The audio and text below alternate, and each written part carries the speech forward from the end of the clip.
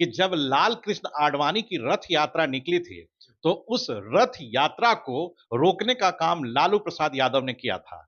और उस वक्त जब पूरा देश सांप्रदायिक दंगों में झुलस रहा था, तो लालू प्रसाद ही वह व्यक्ति थे जिन्होंने पूरे बिहार को उस सांप्रदायिक दंगों से बचा करके रखा।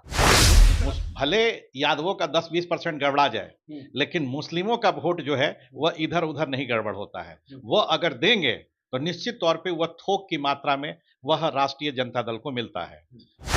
और यही वजह है कि इसे बिहार के चित्तौड़गढ़ के रूप में परिभाषित किया जाता है। तो अब बात आती है कि वर्तमान में चुनावी परिदृश्य क्या है, मतदान व्यवहार क्या होगा, जातिगत समीकरण क्या होगा। तो जैसा कि मैं बार बार कह रहा हूं कि यह चूंकि बिहार का चित्तौड़गढ़ कहलाता है और इतिहास गवाह है कि चित्तौड़गढ़ का भी पतन हुआ है। नमस्कार, मैं मनीष और आप देख रहे हैं मीडिया दर्शन। 19 अप्रैल को औरंगाबाद संसदीय क्षेत्र में प्रथम चरण में चुनाव होने को है। कहा जा रहा है कि इस बार मुकाबला काफी कड़ा देखने को मिलेगा, क्योंकि अगर बात की जाए तो एक तरफ जहां 3 बार के सांसद सुशील सिंह चुनावी मैदान में हैं, तो वहीं दूसरी तरफ जेडीयू के पूर्व विधायक इस बार आरजेडी के कोटे से चुनाव लड़ रहे हैं। लोग ये कह रहे हैं कि इस बार समीकरण बिल्कुल बदलता हुआ देखने को मिलेगा। इसी मुद्दे पे बात करेंगे सर से कि क्या आखिर अभय कुशवाहा के आने से वो भी आरजेडी के टिकट पर क्या राजनीतिक समीकरण कुछ बदलेगी। हमारे साथ मौजूद हैं शशि रंजन सर, जो कि सोशल जस्टिस पर रिसर्च अभी कर रहे हैं। 1990 से लेकर के 2020 तक नीतीश और लालू के समकालीन युग के बारे में अभी रिसर्च कर रहे हैं। ये इतिहास विभाग के अभी हेड भी हैं हमारे साथ शशि रंजन सर। उन्हीं से जानते हैं कि आखिर वर्तमान में औरंगाबाद संसदीय क्षेत्र का जातिगत समीकरण, राजनीतिक विश्लेषण क्या है। शशि रंजन सर, पहले तो आपका बहुत बहुत स्वागत है। चलिए, धन्यवाद मनीष जी।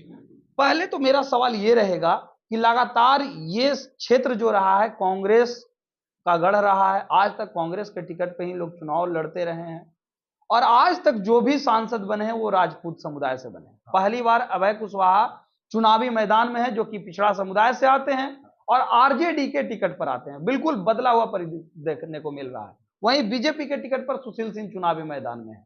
आखिर क्या लगता है, राजनीतिक समीकरण क्या कहता है? देखिए, आपने कहा कि कांग्रेस की परंपरागत सीट है। मैं इसमें थोड़ा सा सुधार कर दूं, यह राजपूतों की परंपरागत सीट है, क्योंकि प्रारंभिक दौर में निश्चित तौर पे यहाँ कांग्रेस का प्रभुत्व था।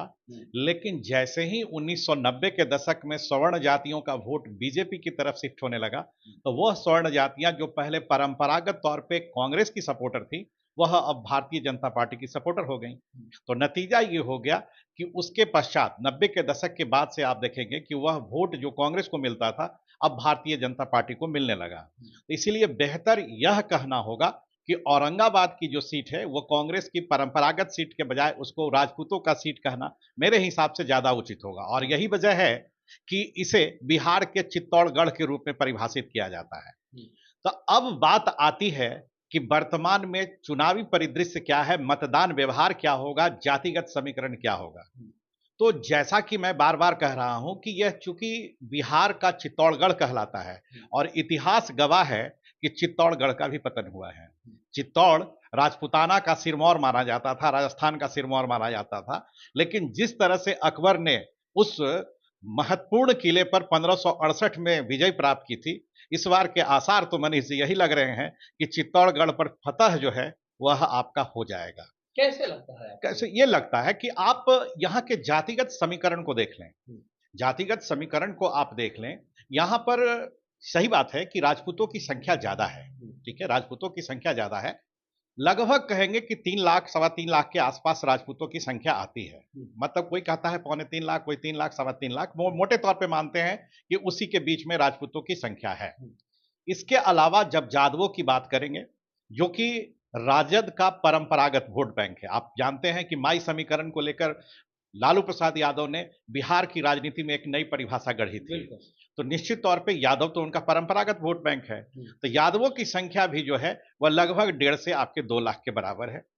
उसके अलावा कुशवाहों की भी अगर हम बात करेंगे, जिससे हमारे उम्मीदवार अभय कुशवाहा बिलोंग करते हैं, लगभग कह सकते हैं कि 1,25,30,000 जो है वह कुशवाहा वोट बैंक इनके साथ है। मुस्लिम, वो तो जाना हुआ बात है कि मुस्लिम जो है, भले यादवों का 10-20% गड़बड़ा जाए, लेकिन मुस्लिमों का वोट जो है वह इधर उधर नहीं गड़बड़ होता है। वह अगर देंगे तो निश्चित तौर पे वह थोक की मात्रा में वह राष्ट्रीय जनता दल को मिलता है। यहां पर भी एक कहानी है।